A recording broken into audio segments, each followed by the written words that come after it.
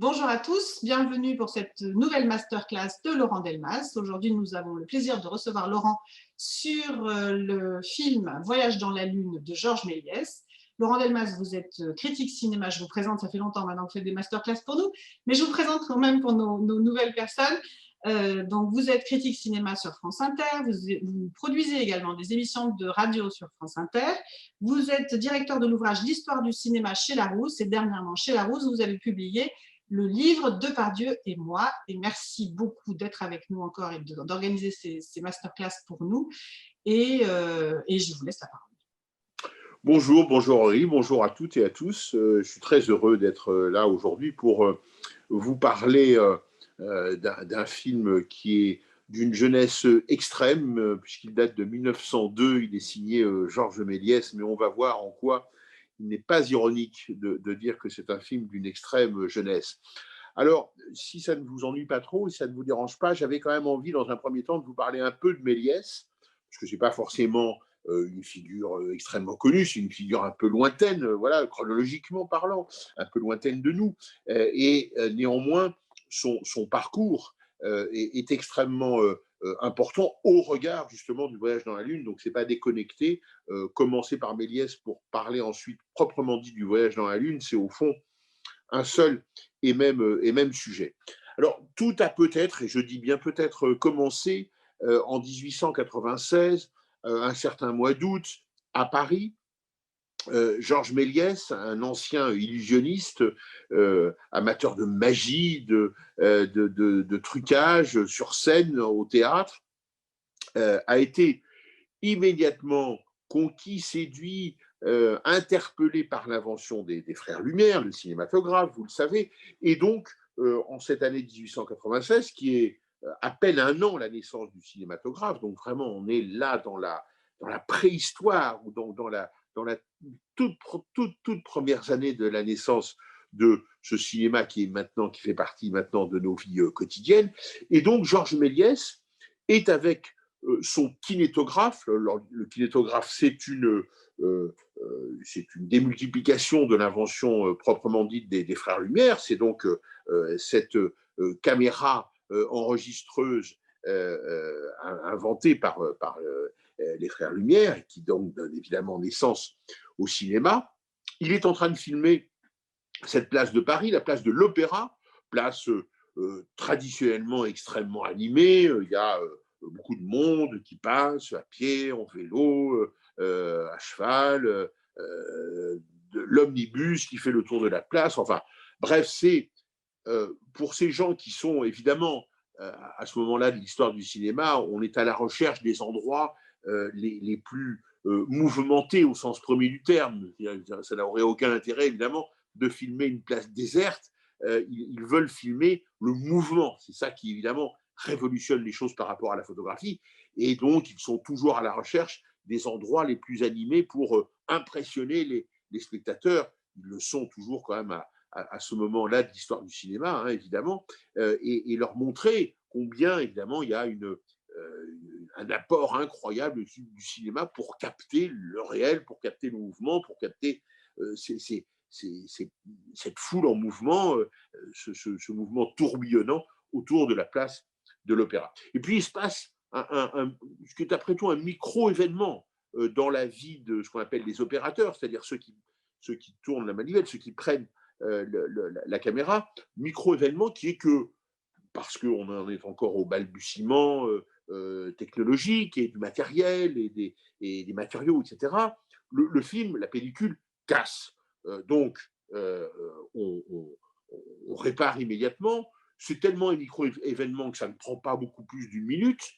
Et quand, à la projection, au moment de la projection, alors que les choses ont reprise sur la place même, au moment de la projection, Méliès va s'apercevoir que pendant cette minute-là de réparation, le film a cassé, donc plus de film, mais évidemment, le mouvement sur la place, lui, a continué. Ce ne sont pas des acteurs, ce sont des gens, donc on ne va pas les figer, ils ne vont pas s'arrêter parce qu'un opérateur dans un coin de la place, qui ne voit pas forcément d'ailleurs, était en train de faire son métier. Donc le mouvement a continué, et le mouvement, c'était notamment un omnibus qui passait par là. Mais il se trouve aussi qu'il y avait un autre véhicule, on va voir lequel, un petit peu particulier, et que le résultat, c'est Méliès qui l'a raconté, donc je vous le livre, le résultat est le suivant. En projetant la bande ressoudée au point où donc elle s'était produite la cassure, c'est ce que je viens de dire, je vis, c'est Méliès qui parle, je vis subitement l'omnibus Madeleine-Bastille, bon voilà, l'équivalent de nos autobus actuels, changer en corbillard et des hommes changer en femmes. Fin de citation. Donc effectivement, ce qui se passe, c'est que le temps continuant, eh bien, c'est un corbillard qui s'est situé dans le prolongement de l'objectif, enfin dans le champ de vision de l'objectif, et il a remplacé évidemment l'omnibus, et la projection a donné cet omnibus qui s'est transformé en corbillard, et tout autour, il y avait évidemment des hommes et des femmes, et les hommes se sont changés en femmes, et inversement d'ailleurs aussi, Méliès ne le dit pas, mais c'est bien sûr ce qu'il s'est passé. Donc, c'est évidemment très étonnant. Alors, comme d'habitude, on finit un peu toujours par mettre en doute la véracité. On se demande si on n'a pas imprimé la légende et si le vrai n'est pas autre. Il y a des arguments qui militent pour que, effectivement, ça ne soit pas une si grande surprise que ça pour Méliès. D'une part parce que, comme je le disais, cette cassure technique, elle se passait quand même assez souvent, finalement. Et donc, on avait potentiellement toujours des surprises à la projection, des surprises dues à cette cassure. Il semblerait que d'autres trucages aient pu exister auparavant de cette nature. Disons que ne remettons pas tout à fait en cause la joliesse de l'histoire et son côté très pittoresque, parce que ce qui s'est certainement passé, en tous les cas, c'est qu'effectivement, ça s'est passé comme ça, et que Méliès n'a pas vu qu'il y avait le corbillard, et qu'il a donc découvert effectivement ce qui est une très très grosse transformation, bien entendu. Peut-être que quand il y a eu d'autres cassures auparavant, la transformation n'était pas aussi étonnante, et au fond, une minute, c'est assez vite passé, et il n'y avait pas forcément une rupture à ce point-là formelle entre ce qui venait d'être filmé et ce qui était filmé ensuite. Mais bon, quoi qu'il en soit, l'histoire retiendra ce moment comme le premier trucage de l'histoire mondiale du cinéma. Alors certes, c'est le fruit d'un hasard, bien évidemment, hein, on l'a vu, et Méliès ne le nie pas, mais y a-t-il que du hasard au moment de la naissance, de l'invention des choses? Il y a forcément une part aussi quand même de nécessité. En tous les cas, Méliès voit absolument le parti qu'il peut tirer de ce trucage, en quelque sorte. Lui qui est auparavant déjà le spécialiste des effets d'apparition et de disparition, il va saisir tout ce que le cinématographe, comme on disait à l'époque, et comme on devrait toujours dire d'ailleurs, parce que c'est un joli mot, le cinématographe, tout ce que le cinéma peut prendre, exploiter, utiliser de cette façon de faire. Il décide donc, en quelque sorte, de prendre à bras-le-corps ce trucage, en quelque sorte, de l'institutionnaliser, de le formaliser, de faire en sorte que ce ne soit pas, un accident de parcours, un accident de tournage, mais qu'au contraire, de fabriquer des histoires, de fabriquer des narrations pour intégrer évidemment ce trucage-là, pour épater concrètement les spectateurs. On est là vraiment dans cette idée que le cinéma perpétue la tradition du spectacle vivant sur scène et qu'il s'agit bien d'épater, de divertir, de surprendre, d'étonner, d'émerveiller. Vraiment, le statut, en quelque sorte, préalable d'illusionniste sur scène de music hall, de théâtre, de fête foraine, de Méliès, il trouve ce jour-là, et c'est là finalement qui est le plus hasard ou pas, on s'en fiche un peu, c'est ça qui est le plus intéressant, c'est que Méliès va tout d'un coup réaliser que finalement, loin d'être une rupture dans son parcours de magicien et d'illusionniste, le cinéma va lui donner, mais peut-être l'occasion, en tous les cas, d'en faire encore plus. Parce que, bien évidemment, ce qui est intéressant, c'est la démultiplication. Un magicien sur scène, ben il est présent pour les quelques spectateurs qui sont devant lui. Quelqu'un qui fait du cinéma, bien entendu, il est présent pour l'ensemble des gens sur un territoire, voire ce qui sera le cas dans le monde entier, qui sont en train de regarder le film qu'il a confectionné. Donc ça, Méliès le conçoit, le voit, le présuppose, et ce qui était de l'ordre, je le disais, de la pratique courante des illusionnistes, notamment le principe d'apparition-disparition, vous savez, hein, en voile, hop, il n'y a plus, il y a plus encore, ça réapparaît, ça disparaît, etc. Là, le cinéma le permet, je dirais, sans l'ombre d'une hésitation et avec une facilité déconcertante. Alors, quand Méliès s'aperçoit de ça, il décide de passer en quelque sorte à la vitesse supérieure de production. C'est-à-dire, il se dit très clairement, bon, cette invention, elle permet certes de capter le réel. Je pose ma caméra et j'enregistre ce qui se passe sur la place de l'Opéra, mais c'est peut-être pas le plus important, mais c'est peut-être pas le plus potentiellement innovant, créateur et riche et foisonnant. Il faut aller vers la fiction. Et il faut aller vers le trucage de la réalité pour épater le chaland. Or, il faut donc se doter. C'est là où Méliès est quelqu'un de tout à fait visionnaire. C'est quelqu'un qui est au niveau des frères Lumière dans l'importance pour l'histoire du cinéma. C'est qu'il décide notamment de créer un studio dédié à la fabrication des films, ce qui est radicalement différent des options prises jusqu'à présent, qui étaient plutôt de dire, au fond, le décor, le studio, le mot n'était pas prononcé, mais le décor naturel du cinéma, c'est précisément le naturel, c'est précisément la nature, c'est précisément le lieu où on pose une caméra qui est déjà habité par des gens, par la foule, ou éventuellement des travailleurs, des enfants, des familles, etc., mais de filmer ça. Et Méliès acte d'autre chose. Il dit non, on va recréer la réalité, ou une réalité, ou un spectacle, et on va faire justement spectacle avec le cinématographe. Donc il crée ce studio dans sa propriété de Montreuil, en région parisienne. C'est un studio qui est entièrement en verre pour des besoins évidents de lumière. Il faut, on sait, beaucoup de lumière pour impressionner la pellicule.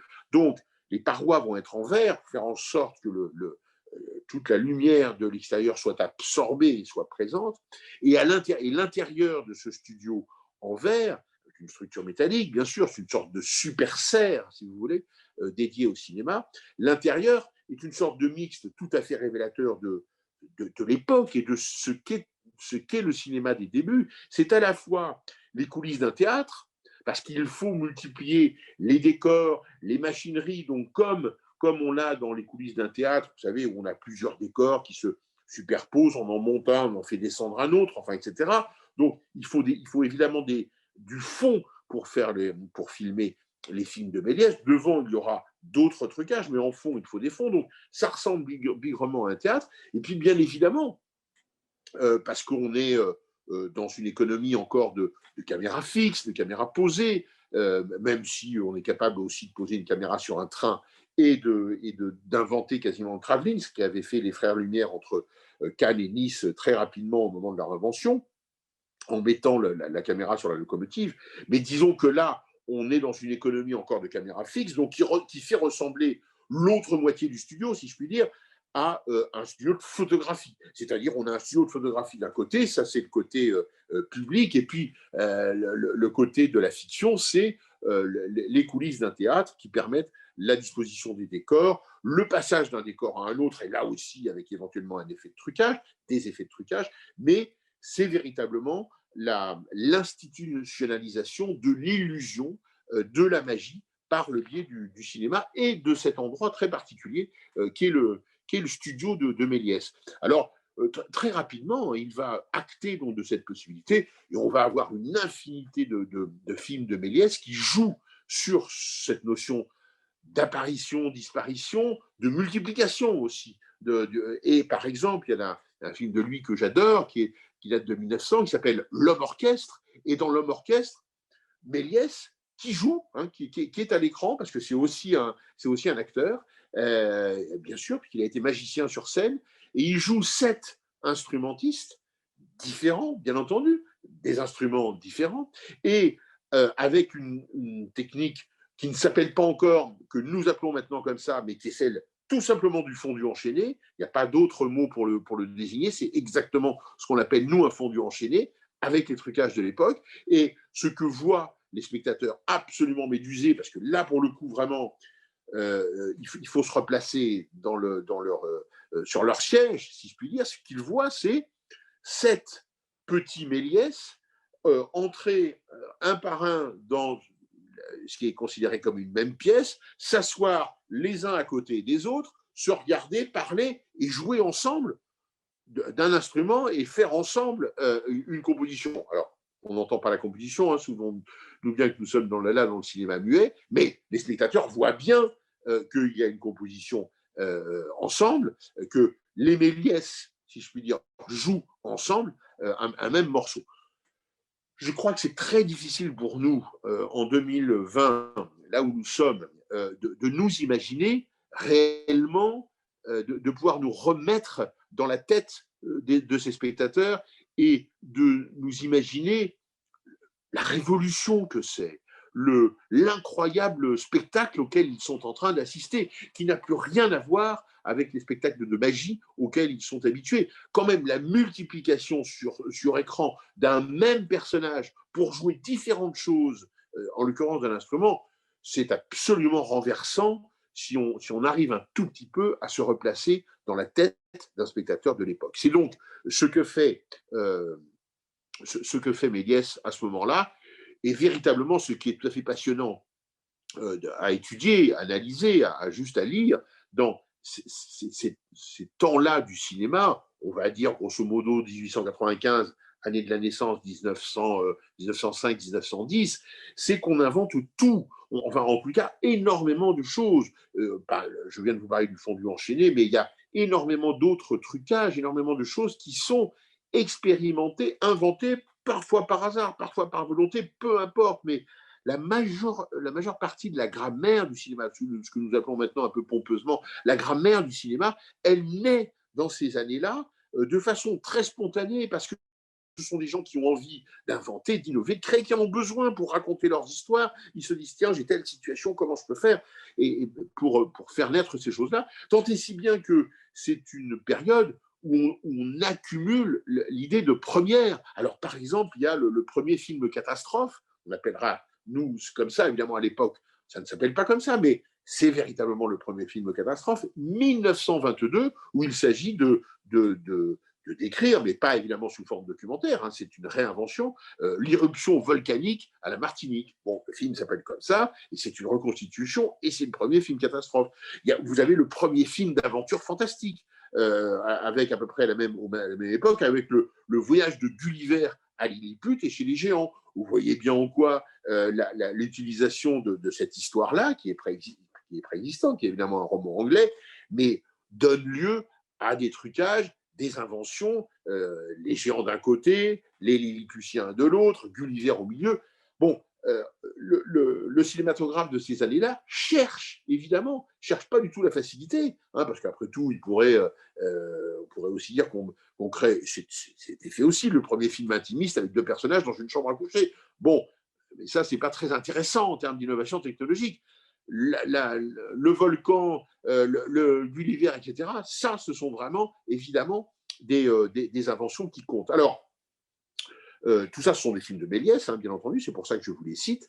Il faut dire que jusqu'en 1913, c'est un succès mondial, mais vraiment, hein, pas seulement français, mais mondial pour le cinéma de Georges Méliès, tant il est précurseur, tant il est malicieux, innovant, généreux, foisonnant. Et on recense à peu près 600 films à ce moment-là, produits par ce studio de Montreuil et par Méliès. C'est véritablement un phénomène. Mais alors, il y a une chose assez amusante malgré tout, c'est que le cinéma est déjà en crise. Oui, dans ces années 1900, c'est la première crise du cinéma. On peut faire une histoire du cinéma en fonction de ces crises. Et on écrira l'histoire du cinéma parce que, vous le voyez, le cinéma a été en crise très très vite. Donc il faut toujours se rassurer quand on nous dit que le cinéma est en crise, parce que l'histoire montre qu'il s'en est toujours sorti. Et là, la crise, elle est simple. C'est que, né en Europe, avec quelques inventions concurrentes aux États-Unis, mais qui elles, ne prendront pas le pas sur les inventions européennes, parce que les inventions cinématographiques américaines tablaient sur une consommation, si je puis dire, entre guillemets, du cinéma individuel. Edison fabrique des petites machines où les gens, on est chacun devant sa petite machine et on regarde un film. La grande innovation, enfin le grand distinguo, la grande singularité des Frères Lumière, c'est de faire un spectacle pour une salle et pour des gens ensemble. Et c'est ça qui va marcher. La boîte individuelle où on regarde son petit truc, ça ne marchera pas. Et c'est ce qui fait le succès aussi de l'invention des Frères Lumière, dont évidemment Méliès est porteur. Et il en est tellement porteur que, au bout d'un moment, il va s'apercevoir que ces films sont piratés aux États-Unis, c'est-à-dire qu'ils partent, on ne sait pas trop comment, ils arrivent aux États-Unis, ils sont exploités gratuitement, sans payer de droits, par des producteurs américains, évidemment un peu indélicats, ils sont tronçonnés, on utilise certains extraits, on fait d'autres choses. Bref, il y a chez Méliès le clair sentiment qu'il est en train à la fois de se faire déposséder, de perdre aussi quelque part beaucoup d'argent, et c'est si vrai que il est, dans ces années-là, obligé, mais vraiment obligé, de créer sa propre succursale à New York. Et il est ensuite contraint de s'allier à Pathé et, si je puis dire, de préparer la contre-offensive pour faire en sorte quand même que son cinéma soit rémunéré aux États-Unis. Mais il y a une sorte d'autre crise concomitante à la fin de ces années, juste avant la Première Guerre mondiale, où il y a déjà une désaffection à l'égard des productions de Méliès. On lui reproche son manque de naturel, ses scénarios un peu convenus, un peu faciles, un peu redondants, un peu toujours les mêmes, son esthétique un peu lourde, c'est une esthétique de studio. Bref, il y a tout un discours qui est en train de se monter sur le fait que le cinéma devrait revenir au naturel. Le cinéma, c'est la nature, peut prendre la nature en images, etc. Et que le cinéma de Méliès, finalement, eh ben, on lui reproche presque d'être justement trop truqué, trop plein de machines, de machinerie, de coulisses, de décors. Alors ça peut paraître extrêmement paradoxal, évidemment, par rapport à l'apport de Méliès, mais l'histoire du monde et l'histoire culturelle est faite de ces engouements et ensuite de ces façons de détruire ce que l'on a adoré, tant et si bien que pour Méliès en 1913, c'est la ruine, véritablement, la ruine, la faillite. Il détruit, ça c'est un crève-cœur pour les cinéphiles, pas sur le moment parce que personne ne s'en aperçoit, et puis c'est pas encore, effectivement, la cinéphilie n'est pas portée à ce point d'incandescence, si je puis dire, en l'occurrence, mais il est contraint à la liquidation et lui-même détruit une grande partie de ses films. Il brûle des pellicules, ça c'est quand même une image incroyable, en partie par dépit, en partie par nécessité, mais véritablement c'est un crève-cœur parce que évidemment, il y a des films qui sont entièrement perdus, qui n'étaient pas, où il n'y avait pas de copie, et donc une partie des films de Méliès ne sera plus jamais visible. Je cavalcade dans la vie de Méliès, bien sûr, parce qu'il faut quand même en parler de notre voyage dans la Lune qu'on va faire ensemble aujourd'hui, mais une fois ruiné, une fois la guerre de 14 terminée, il devient, ça c'est un destin sidérant, il devient marchand de jouets à la gare Montparnasse. Ça, véritablement, c'est un destin foudroyé, fracassé. Enfin, on se dit, mais qu'un tel génie du cinématographe, je n'ai rien contre les marchands de jouets, ni contre la gare Montparnasse, mais très franchement, ça n'a rien à voir avec le statut de cinéaste mondial qu'il était avant 1913 et d'auteur de tant de succès, de tant de choses qui ont fait rire les gens, qui les ont émus, qui les ont... Et et finir sa vie en petit commerçant, en petit boutiquier dans une gare en plein courant d'air, c'est un destin vraiment fracassé. Il est mort en fait aussi plutôt dans une maison de retraite pour artistes. Mais quand même, c'est vraiment quelque chose qui fait mal au cœur des cinéphiles. Et je vous dis juste, avant de passer effectivement à au voyage dans la Lune proprement dit, un peu avant sa mort, fort heureusement si je puis dire, Louis Lumière, le grand inventeur, s'est chargé de remettre à Méliès la Légion d'honneur, une reconnaissance un peu tardive par rapport à ce qui allait arriver très rapidement ensuite, c'est-à-dire la mort de Méliès, mais une reconnaissance quand même. Et il a cette phrase, Lumière, tout à fait emblématique et symptomatique du statut de Georges Méliès, y compris au regard de l'inventeur du cinématographe. Lumière lui dit « Je salue en vous le créateur du spectacle cinématographique ». C'est dire s'il y a une véritable reconnaissance de ce qu'a apporté Georges Méliès de formidablement innovant dans un cinéma qui était encore un cinéma de reproduction de la réalité. Lui, il va clairement inventer le cinéma de la fiction. Et ça, c'est évidemment bigrement important. Alors, petite recommandation, petit conseil, si vous ne l'avez déjà vu, vraiment essayez de voir, c'est assez facile sur les plateformes ou en DVD, le très beau film de Martin Scorsese, Hugo Cabret, qui raconte avec la langue qu'on connaît à Scorsese, avec beaucoup de, alors avec quelques libertés pour l'histoire, mais elles ne sont pas graves.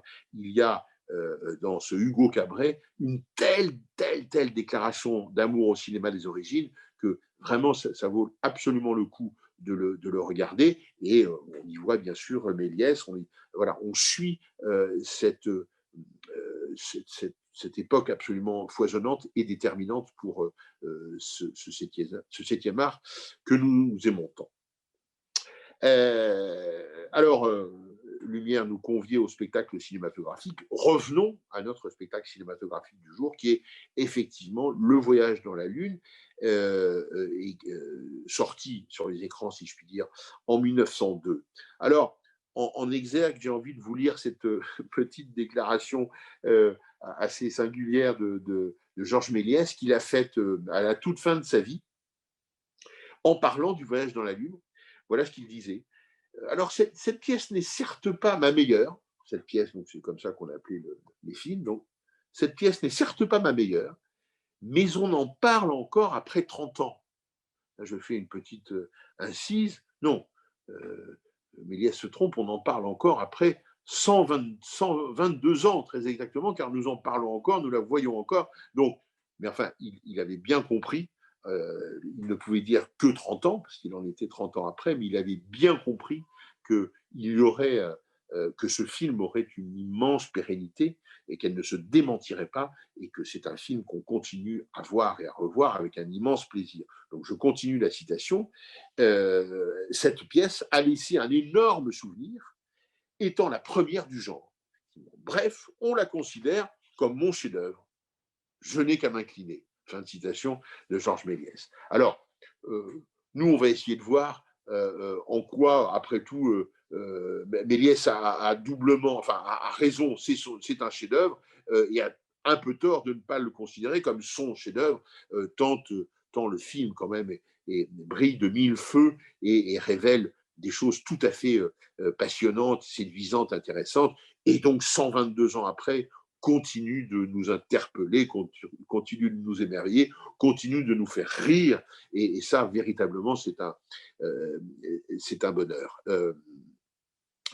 Alors, juste un petit mot, le paradoxe, c'est si on peut le voir aussi bien, ce film de Georges Méliès, c'est que, pour en revenir à ce que je disais tout à l'heure sur le piratage, c'est précisément parce qu'il a été piraté de nombreuses fois aux États-Unis, et que du coup, les copies, beaucoup de copies ont circulé, ont existé, et qu'on peut donc le voir dans des très bonnes conditions encore maintenant. Donc, à quelque chose, malheur est bon. Le piratage, en l'occurrence, le piratage de ce film a permis presque sa pérennité. Et c'est Bien sûr, il a été restauré, on en reparlera, mais quoi qu'il en soit, on ne l'a pas perdu du tout, bien évidemment, et on l'a au contraire conservé dans de relativement bonnes conditions et surtout dans des copies multiples qui permettent de fabriquer en quelque sorte un film presque parfait. Alors, je disais tout à l'heure, il y a les premières, premier film à grand spectacle, premier film de catastrophe.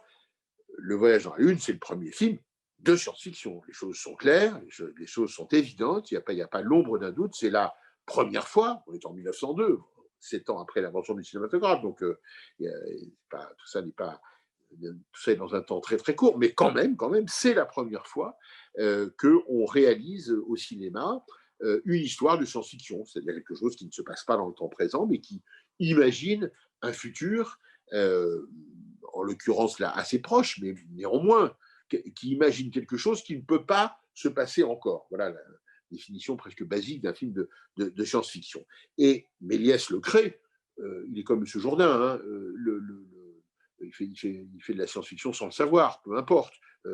Mais néanmoins, nous, maintenant, on est fondé à faire ce petit anachronisme et à dire que c'est le premier film de science-fiction de l'histoire mondiale du cinéma. Et alors, ce qui est très intéressant, c'est que aussi rétrospectivement, on peut dire que Méliès crée des codes, les codes du genre, qu'on verra alors non seulement perdurer, mais prospérer tout au long du siècle passé et continuer encore. On a régulièrement sur les écrans, vous le savez bien sûr, des films de science-fiction. Alors c'est quoi les codes? C'est les étapes obligées. C'est la construction du vaisseau spatial. En l'occurrence là, dans le film, vous avez vu une sorte de gros obus, hein, on imaginait ça comme ça, et finalement la meilleure façon de lancer un obus, c'est un canon. Donc on fait un vaisseau spatial qui a la forme d'un obus et la rampe de lancement, elle n'est pas verticale, mais elle est inclinée comme et elle ressemble, et c'est un lanceur d'obus, c'est un canon. Bien sûr, l'implication des scientifiques, comme dans tout bon film de science-fiction, il faut d'abord des scientifiques, ils sont là, on en reparlera. Bien sûr, les conditions d'élévation du dit vaisseau spatial, les conditions d'atterrissage, et puis quand même cette partie sidérante qui est la découverte des aliens et l'invention des aliens au cinéma. Ça, c'est quand même avec ces horribles sélénites qui sont abominablement, enfin qui ont une apparence quand même humaine parce qu'ils ont comme par hasard de jambes et de bras, mais qui sont quand même tout à fait terribles à regarder et qui préfigurent effectivement tous ces aliens qui débarqueront sur nos écrans tout au long du siècle précédent et encore maintenant, qui nous font en général peur, pas tous, mais en général. Chez Méliès, on verra qu'ils peuvent aussi faire un peu rire, mais peu importe, c'est quand même cette idée que, évidemment, la conquête de la Lune, elle se déroule dans un contexte aussi de conquête de l'autre, de conquête ou de découverte des aliens et de l'autre. Au fond, on peut dire que tout y est de nos films de science-fiction actuels. Peut-être la seule réserve, c'est effectivement il n'y a pas de tenue de cosmonaute, il n'y a pas d'habit de cosmonaute, ils y vont tranquillement, sans tenue particulière, nos savants, ils respirent tout à fait normalement sur la Lune comme ailleurs, donc voilà, mais au fond, si on y réfléchit bien, je ne vois presque que ça comme objet manquant de la panoplie du petit film de science-fiction idéal, et bien Méliès a tout inventé. Alors évidemment, on voit bien que ce scénario, c'est la possibilité de donner libre cours à toutes les inventions, à tous les trucages, le plus apparent, qui donnera lieu d'ailleurs qui fera l'affiche du film, c'est cet alunissage dans l'œil de la Lune, parce que bien évidemment la Lune est personnifiée, c'est une femme, voilà, et donc le vaisseau spatial va lui arriver en plein dans l'œil, ce qui est assez drôle évidemment pour le cinéma, dont l'œil est quand même l'objet principal, d'imaginer comme ça que, évidemment, la Lune va être borgne à cause du film de Méliès. On voit bien que Méliès s'amuse, et il s'amuse aussi avec le spectateur, et à faire évidemment ce trucage, alors car la Lune est évidemment jouée par une actrice, par un personnage. On sait son nom, hein, on a gardé son nom, c'est mademoiselle Bleuette Bernon, qui était à l'époque chanteuse de music-hall, et elle joue la Lune, c'est elle qui se reçoit, en tout cas à travers les trucages, le vaisseau spatial dans l'œil, et elle est entourée par des étoiles comme il se doit, et qui ne sont autres que les girls, les danseuses un peu légères, un peu dénudées, des ballets du théâtre du Châtelet à Paris. Et puis, il y a tout autour et pour toute l'histoire, des hommes qui sont évidemment des acteurs, soit des acteurs de théâtre, soit des chanteurs et des acteurs de music-hall. Et puis, les fameux sélénites, les horribles aliens, eh bien, ce sont tout simplement les acrobates des Folies Bergères, le célèbre cabaret musical parisien. Donc, vous voyez en quoi le cinéma de l'époque recycle les talents nombreux que compte le spectacle vivant sur la scène parisienne. Hein, Dieu sait si effectivement à l'époque, les music-halls, les théâtres et aussi les fêtes foraines, les spectacles de rue sont pleins à craquer parce que justement, il n'y a pas encore le cinématographe, où le cinématographe est en train de naître, il commence déjà à remplir les salles, mais disons que le spectacle vivant se porte beaucoup mieux qu'aujourd'hui, parce qu'il est le spectacle possible, le seul spectacle possible réellement. Le cinéma va en partie, pas totalement heureusement, en tout cas lui porter quelques coups de butoir, mais il est clair que le cinéma utilise, et Méliès le premier, tous ses talents tout à fait rompus à l'acrobatie, au jeu d'acteur, à faire en sorte donc, que le film soit tout à fait réussi. Ce recyclage des talents du musical, c'est le propre du cinéma, qui est de toute façon un art du recyclage. On ne le dira jamais assez, et ce n'est pas dépréciatif à l'égard du 7e art, mais le cinéma recycle. Là, il recycle le musical, il recycle le théâtre, mais il recycle aussi la peinture, la musique, la littérature, etc. etc. On le voit, on le constate, et une fois de plus, ça n'est pas un jugement de morale, c'est juste un constat. Et donc le film, au final, Le Voyage dans la Lune, c'est au final 30 tableaux, ce qui est beaucoup, hein, 30 tableaux, c'est-à-dire 30 situations. On a gardé, fort heureusement, les carnets de Georges Méliès en la matière, et on a ce qu'on va appeler le scénario du film, qui est effectivement ça, c'est-à-dire qu'on a cette suite écrite, numérotée, de 1 à 30, avec à chaque fois la description très précise, de ce qui se passe dans chaque tableau. Ça s'appelait comme ça, c'était un peu, évidemment, une utilisation de termes plutôt du théâtre, mais on est justement dans ce temps où le cinéma cherche ses marques, hein, c'est encore un peu de théâtre, un peu de musical, un peu, voilà. Et donc, on a ces 30 tableaux qui sont très très bien décrits par Méliès, qui montrent combien le film est écrit par avance, et c'est normal, puisque la composition des tableaux, elle nécessite quand même une préparation au préalable. C'est 30 tableaux, ça veut dire 30, non pas forcément 30 décors différents, on va le voir, mais au moins beaucoup de décors différents, des situations, beaucoup d'accessoires, beaucoup de costumes différents, parce que pour ces 30 tableaux, il y a 17 changements de décor, sachant évidemment que certains tableaux se passent dans le même décor. Mais là aussi, 17 changements de décor, c'est beaucoup, c'est énorme pour un film de l'époque. C'est à l'aune de sa durée, 13 minutes, qui est aussi beaucoup plus long que la moyenne des films de l'époque. Donc tout est, je dirais, XXL dans ce voyage dans la Lune, et il y a chez Méliès une volonté de faire fort. C'est pour ça que, par exemple, quand il dit à la fin de sa vie qu'il est un peu étonné, que ce n'est pas son meilleur film, bon, en tous les cas, il a tout fait pour que ça soit un film absolument exceptionnel.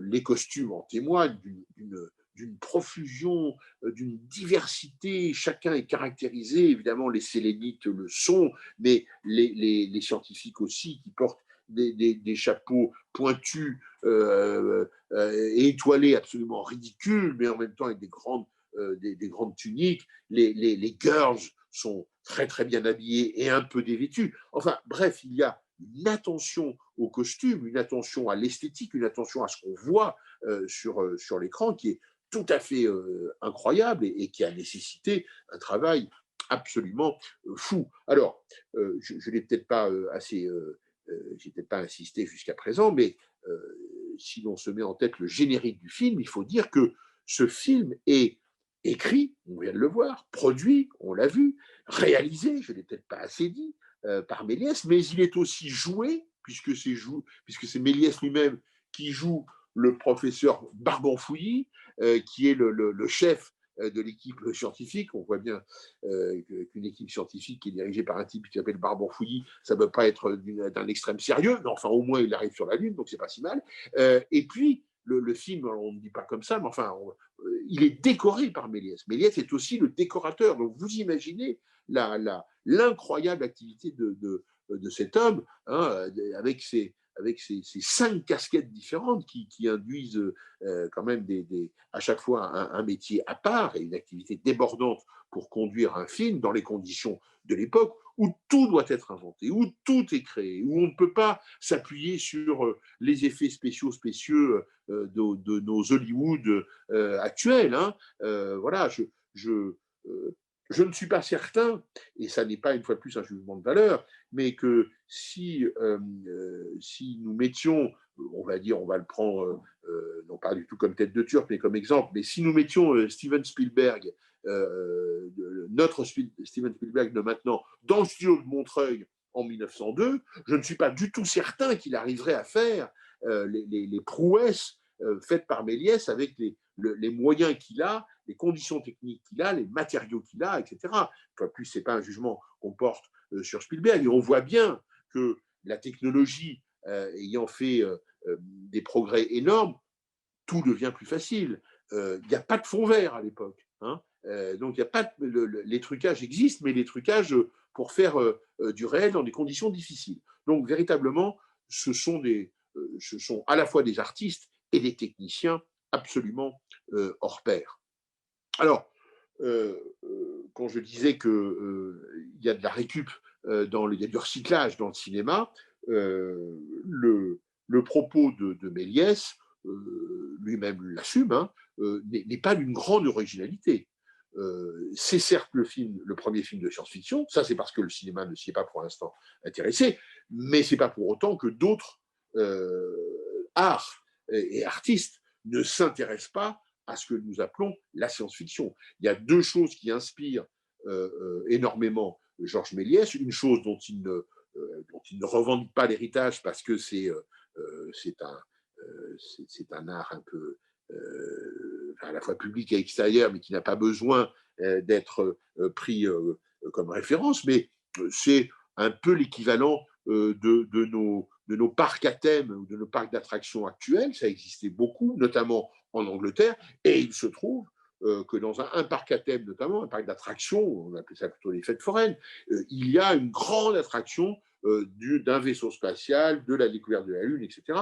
Donc ça, Méliès ne l'ignore absolument pas, il est au courant, bien entendu, de tout ce genre d'activité foraine, il vient de là, donc le forain, il connaît et il en sait l'importance, mais il a de toute façon assumé, revendiqué, il a une double en quelque sorte inspiration littéraire cette fois, comme quoi donc le cinéma recycle, bien évidemment Jules Verne, avec l'ouvrage De la Terre à la Lune, ça c'est évident, et H.G. Wells, l'auteur de Les Guerres des Mondes, qui a aussi écrit Les Premiers Hommes dans la Lune, et les 2 ouvrages sont les références assumées de Méliès pour écrire son scénario.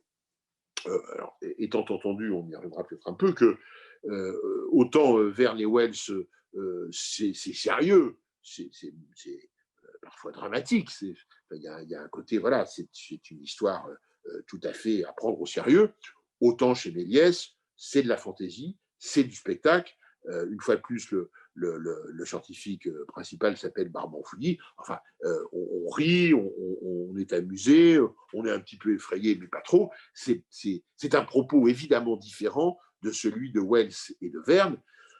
Mais c'est toute la différence à l'époque entre la littérature et le cinéma. Enfin, c'est une des différences. On est vraiment au cinéma dans l'art du spectacle et du divertissement, donc avec les nécessités de ne pas se prendre trop au sérieux, ce que, évidemment, ni Verne ni Welsh ne revendiqueraient pour eux-mêmes. Eux, au contraire, évidemment, ont envie, bien sûr, de divertir, mais de divertir sérieusement, si je puis dire. Alors, je ne l'ai pas noté, mais c'est évidemment un film à la fois en noir et blanc, mais aussi un film colorisé par Méliès. Et là aussi, ça nous met toujours dans un état comme ça, un peu d'étonnement, si je puis dire. Comment un film en couleur en 1902? Ben oui, un film en couleur en 1902, ça aussi, ça existait déjà, on n'a pas inventé grand-chose. Vous savez, même les enregistrements de voix existaient à l'époque et commençaient à balbutier. Il faudra beaucoup de temps pour y arriver, mais une trentaine d'années, mais néanmoins, ça commençait déjà. La couleur est là. Alors, la couleur balbutiante, artisanale, au pochoir, s'il vous plaît, image par image, par une armada féminine, d'ailleurs, hein, il faut bien le dire, ce sont des femmes qu'on emploie essentiellement pour coloriser le film, à la demande de Méliès. On retrouvera une copie colorisée en assez mauvais état, mais suffisante pour faire les travaux de restauration qui seront menés à bien en 2011 et présentés au Festival de Cannes, avec cette version colorisée qui fait maintenant un peu foi, mais les versions, la version noir et blanc est tout à fait regardable, si je puis dire, au contraire. Mais c'est quand même se dire qu'on a deux versions, une colorisée, une noir et blanc pour un film de 1902, c'est évidemment pour les cinéphiles un véritable bonheur et un objet d'admiration sans borne. Alors, comment est-ce qu'on peut analyser le succès de ce film, qui, une fois de plus, est vraiment mondial? Comment est-ce qu'on peut caractériser les raisons qui ont fait ce succès? Je crois que c'est parce que il est en rupture, mais en rupture forte, hein, rupture vraiment presque révolutionnaire. C'est un changement de monde. En 1902, le cinéma a 7 ans, hein, à peine. Et il est, je dirais, dans l'école Lumière. Et l'école Lumière, si vous avez vu les films des Frères Lumière, notamment les 10 premiers films, merveille, avec, vous vous souvenez, l'arrivée d'un train en gare de La Ciotat, qui n'était pas dans les 10 premiers, mais enfin bon, qui était dans les tout premiers. L'arrivée d'un train en gare de La Ciotat, le déjeuner de bébé, le gag qui est d'ailleurs à la limite du documentaire, mais de l'arroseur arrosé. On a quand même fait jouer des gens pour le refaire. Bon, voilà, toutes ces vues, comme on appelait à l'époque, c'était des vues, toutes ces vues très documentaires. Comme Méliès en tournée à la place de l'Opéra à Paris quand il découvre son premier trucage. Le cinéma, c'était ça. Et les Frères Lumière vont envoyer à travers le monde des dizaines et des dizaines d'opérateurs. C'était ainsi qu'on appelait ce que nous appellerons nous des caméramans, des preneurs d'images, des réalisateurs quelque part, mais on les envoyait à travers le monde pour filmer le couronnement du tsar, telle révolte, tel séisme, tel coin d'Afrique, etc. Bref, pour ramener des images du monde entier et présenter le monde aux spectateurs dans les salles. Il y avait à la fois un rapport de proximité, hein, on filmait le déjeuner de bébé, et puis telle révolte de tel peuple sud-américain. Bon, donc, mais on captait la réalité. Le cinématographe était fait pour cela, et c'était comme ça qu'on attirait les gens dans les salles et qu'on leur montrait le monde. La révolution Méliès, la rupture Méliès, c'est l'invention justement de cette autre jambe sur laquelle le cinéma va désormais marcher. Et au fond, vous savez bien que pour marcher droit, c'est mieux d'avoir deux jambes. Donc la jambe documentaire était là, la jambe d'actualité était là, mais il lui manquait en quelque sorte la jambe de la fiction. Et c'est Méliès fait partie, on va dire, des inventeurs. Au même moment, il est vrai qu'en Angleterre, par exemple, il y a ce qu'on appellera plus tard l'école de Brighton, qui invente aussi cette volonté de fiction, avec notamment en inventant des films de course-poursuite que le cinéma adore, le cinéma adorera, le cinéma muet adorera, et il y a des générations d'acteurs dans les films américains notamment qui vont courir les uns après les autres. C'est normal, c'est le mouvement, donc il n'y a pas mieux pour illustrer le cinéma, mais au lieu de filmer, par exemple, des sportifs qui courent, l'école de Brighton filmera des imbéciles qui courent après des imbéciles et qui font rire tout le monde. Bon, voilà, donc ça, c'est l'irruption de la fiction. C'est l'irruption de on va organiser le monde tel qu'on a envie et tel qu'on le non pas tel qu'on le voit, non pas tel qu'il est, mais tel qu'on l'invente. Et ça, c'est évidemment très très fort.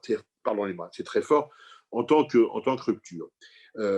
Et de ce point de vue-là, Méliès se situe un peu dans le même courant que Brighton, c'est-à-dire il fait dans le baroque, dans le loufoque, dans le divertissement, loin, on l'a dit, de Verne et Wells. Alors, les preuves abondent, hein, donc je vous l'ai dit, au début, les scientifiques nous sont présentés avec des grands chapeaux pointus sur le tutu qui les fait ressembler à des sortes d'émules de Nostradamus, avec des chapeaux étoilés qui disent clairement qu'ils ont des étoiles dans la tête, hein, on sait ce que ça veut dire.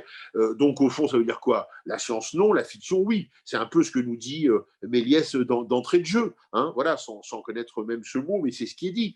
La rampe de lancement, c'est extraordinaire, la rampe de lancement du vaisseau, c'est quoi? C'est une sorte d'escalier des Folies Bergères avec des girls un peu dénudées quand même pour l'époque et qui sont en train de chanter, on imagine, de chanter un petit air tralala pour accompagner les scientifiques qui vont dans la Lune. On voit bien que tout ça n'est quand même pas très sérieux, ça n'a rien à voir avec ce dont nous parle Verne et Wells, c'est ce qu'on verra par la suite des moments dramatiques à Cap Canaveral de n'importe quel lancement de fusée. Donc on est vraiment dans une volonté de faire rire, de faire sourire, d'être dans le divertissement. Et ne parlons pas des Sélénites, ces créatures monstrueuses qui sont là un peu pour nous effrayer, un peu pour nous faire rire.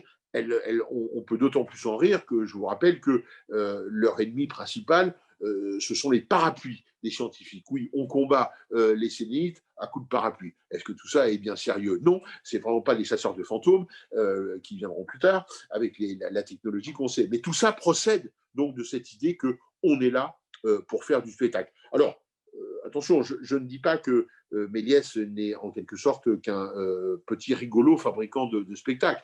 Méliès a fait aussi, par exemple, un film sur l'affaire Dreyfus, donc c'est dire, et pas du tout comique, donc n'en faisons pas un rigolo ou qu'un rigolo, mais disons que il envisage souvent la fiction par ce biais-là, et qu'en tous les cas, le film qui nous occupe, Le Voyage dans la Lune, c'est bien l'invention du côté baroque, loufoque, appliqué à la science-fiction. Alors, je voudrais juste y assister, peut-être en conclusion, mais réinsister vraiment fortement sur l'inventivité, sur l'invention permanente, sur l'invention comme programme affiché, délibéré de ce film, en particulier, et globalement de l'art de Méliès. Par exemple, alors j'insiste parce que je sens bien, et c'est une dérive, enfin une dérive, c'est un état un peu naturel, 120 ans plus tard, c'est compliqué de bien vraiment concevoir qu'il s'agit d'invention, que on pourrait être, enfin, on peut être, si on y réfléchit bien, dans un état de sidération quand on regarde tout ça, ce qui n'est évidemment pas le cas de Méliès, pour qui c'est assez naturel. Les spectateurs pouvaient être dans un état de sidération. On a un peu trop brodé sur le fait qu'il se serait levé en hurlant et en sortant de la salle, en voyant le train à l'arrivée de la gare de La Ciotat, c'est pas si certain que ça. Mais néanmoins, quand même, l'impression est forte. Et je voudrais, par exemple, insister sur la création de ce qui nous semble absolument naturel, coulé de soi, coulé de source, qui est, par exemple, l'ellipse temporelle dans un film. Bon, non, on y est parfaitement habitué, on la voit à peine. Bon. Or, évidemment, à l'époque, les gens n'y sont pas habitués.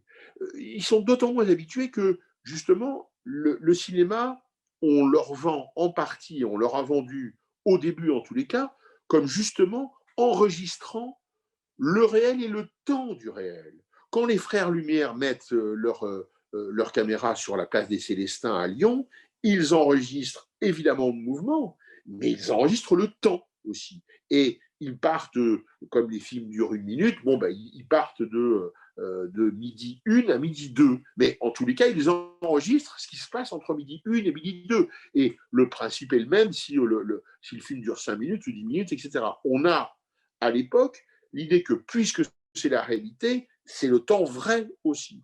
Donc la notion d'ellipse, elle est pas du tout naturelle, elle n'est pas du tout présente. Et il est évident que le recours à la fiction auquel se livre Méliès, presque mécaniquement, fait naître l'ellipse temporelle. Parce que si on raconte vraiment la première nuit des savants sur la Lune, ben, la projection doit durer la nuit. Bon, malheureusement, personne n'en a le temps, et ni le temps de la pellicule, ni le temps de la production, ni le temps chez les spectateurs. Donc, il faut ellipser, il faut faire une ellipse. Et euh, imaginez-vous quand même ce que doit penser Méliès pour inventer cette ellipse, pour se mettre à la place des spectateurs, du spectateur, et lui leur faire comprendre que le temps passe. Alors il va inventer, voilà, il invente, et ça devient très merveilleux.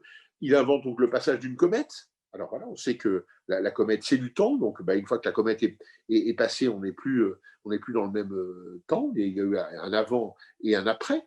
Il invente la naissance visuelle de la grande ours. Là aussi, on sait donc que si la grande ours vient, c'est qu'on n'est plus, et là, c'est qu'on n'est plus dans le temps d'avant, mais qu'on a déjà, que du temps a passé. Il invente des étoiles qui sont à chaque fois des Bluebell Girls, enfin des girls, et qui là aussi font avancer le temps, et les étoiles s'animent.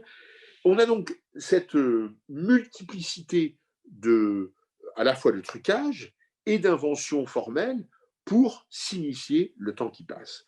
Alors voilà en quoi, je crois, ce film n'a pas fini de nous émerveiller.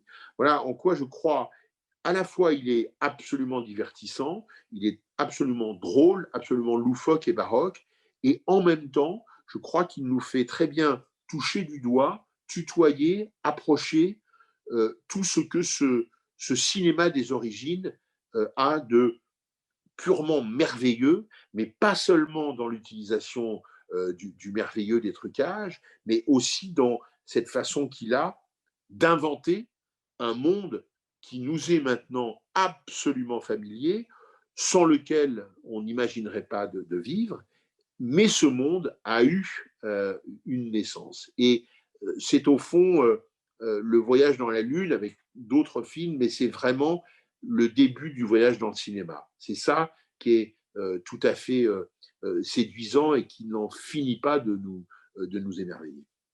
Voilà. Merci beaucoup, Laurent Delmas. Merci beaucoup. Merci à vous de votre attention. Et maintenant, s'il y a des questions ou des remarques, hein, pas forcément sous forme interrogative, mais je serais ravi qu'il y ait un petit débat entre nous. Je pense que je suis loin d'avoir épuisé la matière Méliès et la matière de son film. Bonjour, vous m'entendez? Oui, bonjour. Bonjour. Est-ce qu'on peut parler d'un film satirique? Parce que j'avais lu qu'il a travaillé comme caricaturiste dans un journal satirique. Est-ce qu'on peut dire que c'est un film satirique? Oui, d'une certaine manière, c'est-à-dire que par rapport, par exemple, à Jules Verne, que vous connaissez sans doute, même si vous n'avez pas lu celui-là, mais vous voyez bien ce qu'il fait, hein, qui sont quand même des fictions avec l'envie que ça soit vrai, quoi, que ça soit plausible, vraisemblable. Donc oui, il y a avec des discours scientifiques chez Jules Verne, le discours scientifique, ça prend vraiment, c'est très important. C'est presque pesant parfois même. Donc, Barbant Fouilly, c'est effectivement un peu la satire des savants très sérieux de chez Jules Verne. Oui, on peut dire cela. On peut dire qu'il a une vision. Mais alors, juste, ça n'est pas bête et méchant, on va dire, chez Méliès, pour reprendre le slogan d'un journal, mais il y a une volonté de distance, en tous les cas. Je dirais un peu d'ironie, un peu d'ironie malicieuse. Donc oui, pourquoi pas le mot de satire, ce serait en tous les cas pas infondé par rapport à l'environnement, notamment littéraire, qu'on sait, et qu'une fois de plus, hein, Méliès admirait en même temps, c'est-à-dire que c'était quelqu'un qui était tout à fait admiratif de la littérature de l'époque, enfin de cette littérature-là, qui était en plus une littérature populaire, qui était une littérature de grand public.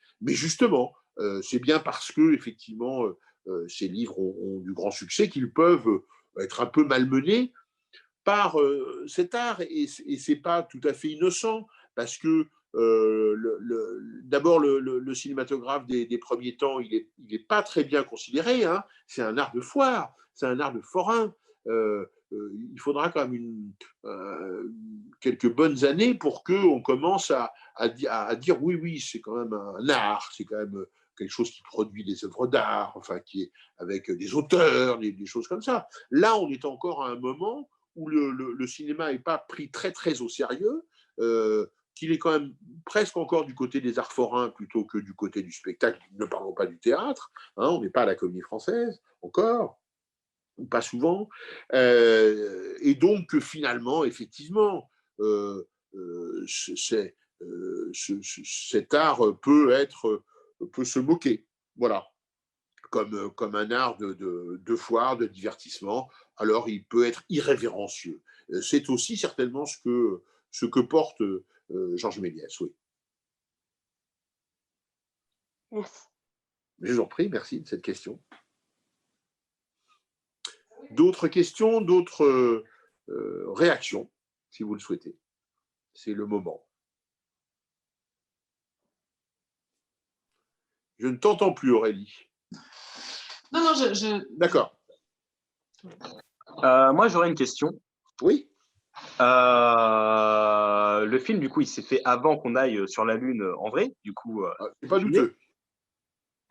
Et du coup, je me suis demandé, est-ce que c'était un choix de faire en sorte que la gravité n'existe pas sur la Lune, du fait est que pour redescendre sur Terre, ils la font juste basculer, en fait.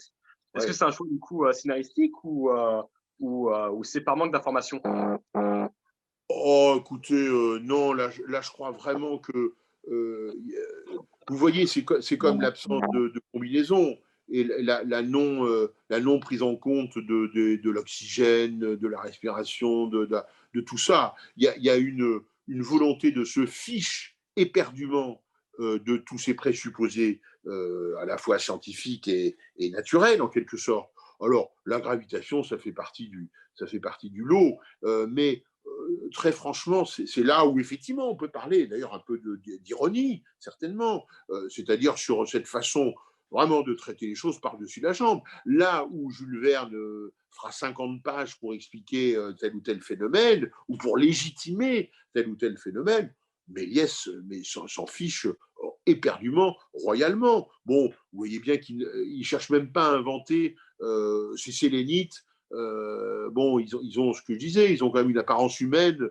qui est vraiment très, très, très, très, très apparente. Bon, donc il n'y a pas l'idée que l'humanité c'est une chose, mais que si on va voir ailleurs, ça pourrait être comme la science-fiction inventera plus tard. Après tout, les aliens pourraient n'être que du gaz, des formes mouvantes, transparentes, que sais-je encore, qui se transforment. Enfin, non, là, bon, c'est d'accord, ils ont une apparence un peu rébarbative à cause de costumes très bien faits, mais vous voyez, on ne passe pas beaucoup de temps à essayer de rendre les choses vraisemblables.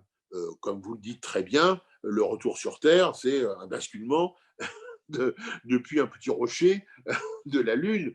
Bon, tout ça, et le canon qui est censé propulser alors que tout le monde sait bien que, enfin voilà, les gens, ils voient bien la portée d'un canon. Bon, je sais bien que la grosse Bertha fera des dégâts avec des portées très grandes, mais quand même, bon, personne ne peut imaginer que ça peut réellement se passer comme ça. Donc, ce par-dessus la jambe, si je puis dire, il est assumé chez Méliès, il fait partie du lot, et alors personne ne le lui reproche, et je crois que les spectateurs de l'époque, au contraire, s'en amusent et ne se posent pas les questions que nous poserons, où nous devenons effectivement au fil des films, je dirais, de science-fiction, alors de plus en plus sourcilleux sur la véracité des choses, sur effectivement, oui, ce que vous disiez, effectivement sur l'idée que tout ça doit paraître quand même vraisemblable par rapport à des vérités physiques et scientifiques que nous connaissons bien. Là, non. Voilà, c'est ce que je disais avec la formule un peu lapidaire, science non, fiction oui. Voilà, c'est un peu on pourrait résumer vraiment le film sous ce vocabulaire-là, sous cette formule-là, qui n'est pas une formule scientifique. Est-ce qu'on a une autre question? Oui, vous m'entendez? Oui. Oui. Voilà, je me posais la question de la postérité de ce film et de savoir comment ce film a pu influencer d'autres cinéastes. Je pensais notamment, déjà par rapport aux Girls, à Max Sennett qui justement mettait en scène des jeunes filles en costume de bain, un peu à l'image de ces filles qu'on voit justement à la fin du film Le Voyage dans la Lune.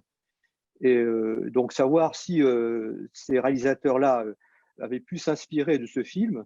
De même, si je vais un peu plus loin, je pensais aussi à Kubrick, carrément dans 2001, l'Odyssée de l'espace, où on a ces scènes avec des cristaux, 7 cristaux, à l'image un peu des 7 constellations qu'on voit dans le ciel du Voyage dans la Lune. Est-ce que certains ont assumé assument ou revendiquent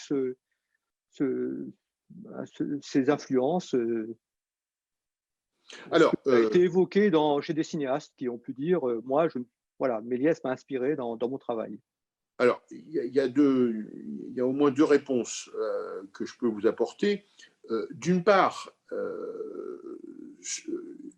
l'influence, elle est. C'est Méliès d'abord qui est influencé, pour vous parler des Girls, par le musical.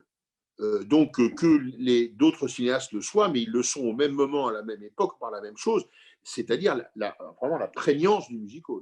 Là aussi, on n'a plus du tout idée, hein, puisque c'est quasiment alors un pan presque perdu à quelques cabarets ou lieux parisiens qui entretiennent un tout petit peu le grand escalier, les plumes d'autruche et les descentes, mais il n'y a plus les piscines. Avant, il y avait des jeux d'eau, des choses comme ça.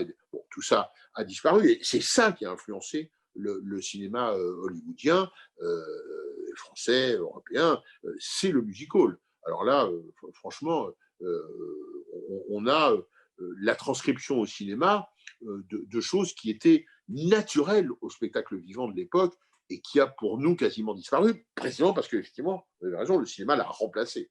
Et le cinéma a pris le relais avec notamment l'invention de la comédie musicale, qui est, voilà, le plus bel exemple de ce que le musical a produit au cinéma, hein, et a engendré au cinéma. Alors, après, c'est toujours compliqué effectivement de déterminer les influences.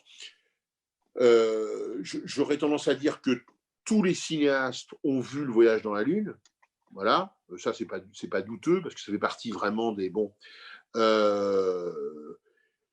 Ce qui, en quelque sorte, c'est pas que ça pose problème, mais la limite, c'est justement le côté un peu ironique et décalé du propos de Méliès, parce qu'on voit bien que chez Kubrick, par exemple, mais chez d'autres, il y a souvent quand même des volontés métaphysiques, notamment dans le film de science-fiction, qu'il faut qu'on est très très loin du film de Méliès, qui serait plutôt proche, je sais pas, de l'univers de Mel Brooks, par exemple, ou de cinéastes comme ça. Mais néanmoins, je pense que là où vous avez parfaitement raison, c'est que comme c'est le premier, comme c'est en quelque sorte ce sont les 13 minutes fondatrices de la science-fiction au cinéma.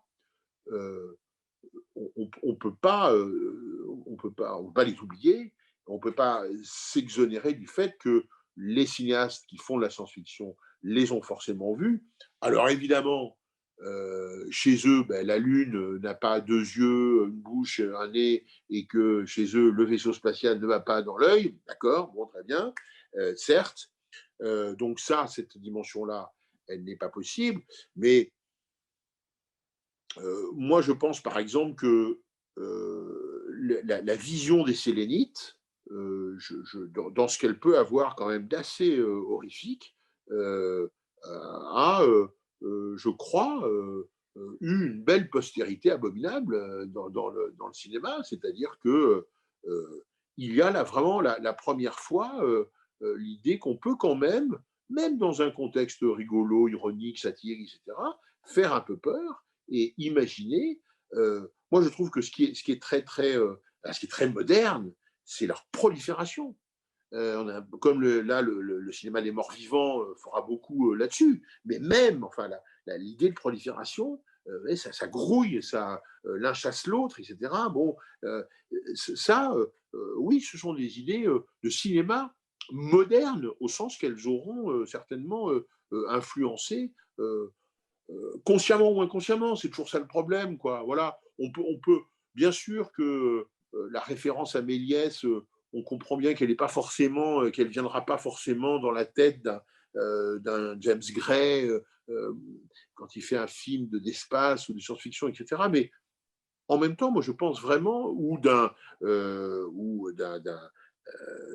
du créateur d'Alien pour les Sélénites, mais je pense néanmoins qu'il y a comme ça un certain nombre d'images, un certain nombre de films qui sont dans l'inconscient des cinéastes, et que le voyage dans la Lune en fait assurément partie, que ce sont des images fondatrices, oui, et que eh bien forcément, il y a des récurrences, alors des occurrences. Alors, c'est peut-être là, c'est peut-être assumé, peut-être pas assumé, mais en tous les cas, oui, on peut regarder aussi le film à cette aune-là, et au fond, voir où Méliès se retrouve comme autant de petits cailloux comme ça dans d'autres films de science-fiction. Ouais. Merci beaucoup. Est-ce que quelqu'un d'autre a une dernière question, peut-être? Oui. Bon. Eh ben, merci beaucoup. Merci à tous. Merci aux participants et merci beaucoup à Laurent Delmas. Et on se retrouve très prochainement pour une autre masterclass. Merci. Avec grand plaisir.